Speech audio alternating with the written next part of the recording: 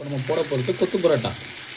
இதுக்கு என்ன பண்ணணும், நம்ம முதல்ல ஒரு 2 வெங்காயம், 2 தக்காளி, கொஞ்சம் கருவேப்பிலை, ஒரு பச்சை மிளகாய் இதை அரைஞ்சி கல்லில் லைட்டாக தோசைக்கல்லில் எண்ணெய் ஊற்றி இது எல்லாத்தையும் கலந்துடும். எண்ணெய் காஞ்சோன்னா கலந்துட்டு அப்படியே வதக்கிறோம். அப்படியே பொண்ணு வரலாம் வந்தோம்னா லைட்டாக அது மேலே கொஞ்சம் லைட்டாக வெறும் மிளகாத்தூள், சில்லி பவுடர், லைட்டாக சால்ட் உப்பு போட்டு நல்லா கலரி வச்சுக்கிறோம். இது மாதிரி நல்லா சிவப்பாக வந்தோம்னா 2 பரோட்டா, அந்த 2 பரோட்டாவை இப்படி தூளாக கட் பண்ணி வச்சுட்டு அது மேலே அப்படியே நம்ம போட்டுடுறோம். இப்போ போட்டோன்னு என்ன ஆகும், போட்டு அப்படியே கொஞ்சம் லைட்டாக மூட கலரிக்கிறோம். அப்படியே கலரி முடித்தோம்னா தீயை சின்னதாக வச்சிடும். அடுப்பு சின்னதாக வச்சுட்டோம்னா நமக்கு அடி பிடிக்காது, இல்லைன்னா அடி பிடிச்சி கருப்பாயிடும். ஓகேவா?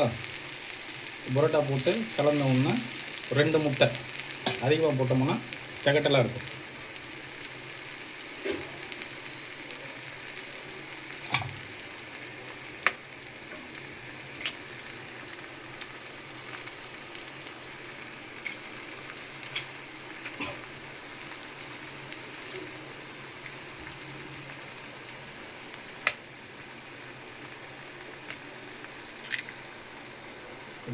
ரெண்டு முட்டையை மட்டும் உடச்சி ஊற்றிட்டோம்னா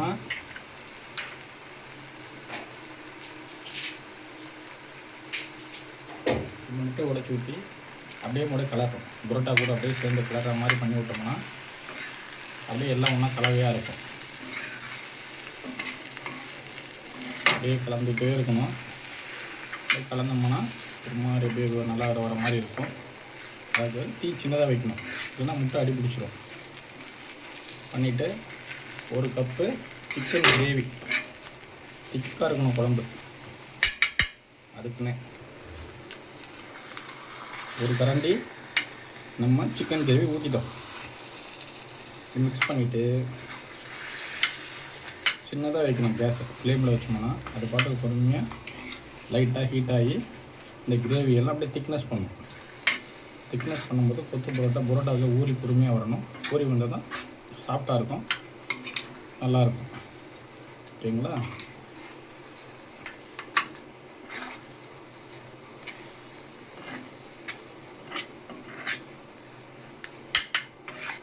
அந்த ஊறுனா போட இருக்கணும். நம்ம அவசரப்பட்டு பெருசாக வச்சு கல்யாணம் பண்ணோம்னா அடி பிடிச்சிரும், நல்லா இருக்காது பரோட்டா.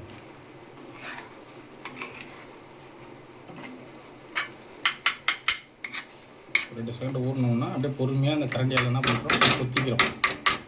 கொத்தோம்னா அந்த ஊறி இருக்கும்போது இந்த பரோட்டாலாம் குட்டி கட் ஆகிடும், நல்லா சாஃப்டாக இருக்கும். பெரிய கல்லில் இருந்தால் டம்ளர் வச்சு நான் தட்டி கட் பண்ணி காட்டுவேன்.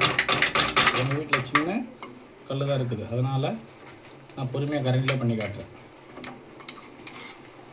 பெரிய கல் இருந்தால் நல்லா 2 டம்ளர் வச்சு மியூசிக் போடுற மாதிரி காட்டலாம்.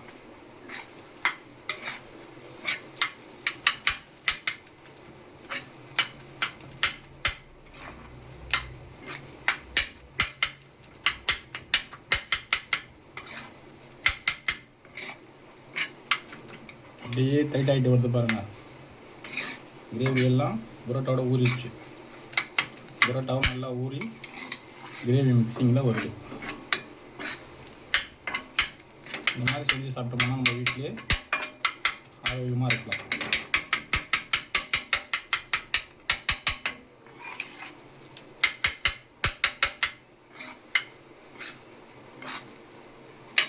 ரைட். இது ரொம்ப நம்ம டைட் பண்ணி கொடுத்துட்டோம்னாலும் வரன்னு ஆகிடும், சாப்பிட முடியாது, கஷ்டமாயிடும்.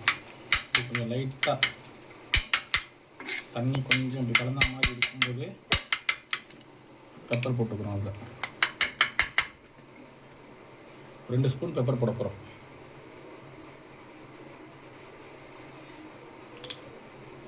இந்த பெப்பர் போட்டுக்கிட்டோம்னா இந்த முட்டை வாடெல்லாம் வராது, சளிக்கெல்லாம் நல்லது, நல்லாயிருக்கும். அதான் இப்போ அப்படியே பெரட்டி தட்டில் எடுத்துட்டோம்னா முடிஞ்சுது.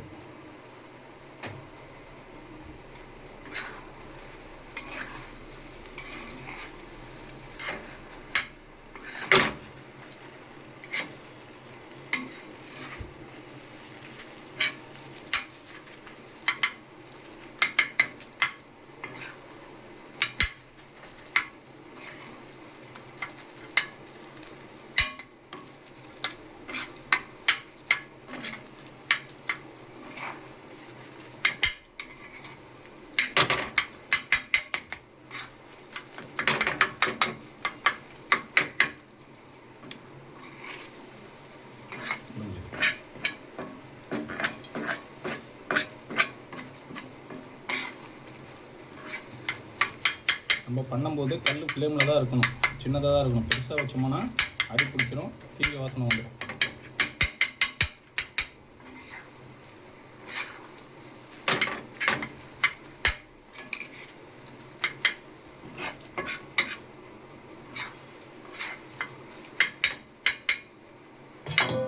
அவ்வளோதான், கொத்து பரோட்டா ரெடி ஆகிடுச்சு. இப்போ தட்டில் எடுத்துடலாம்.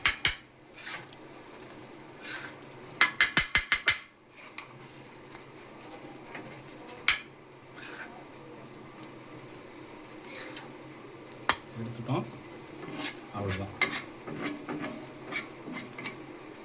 நாளைக்கு நல்ல ஃபுட்டோட உங்களை நான் சந்திக்கிறேன்.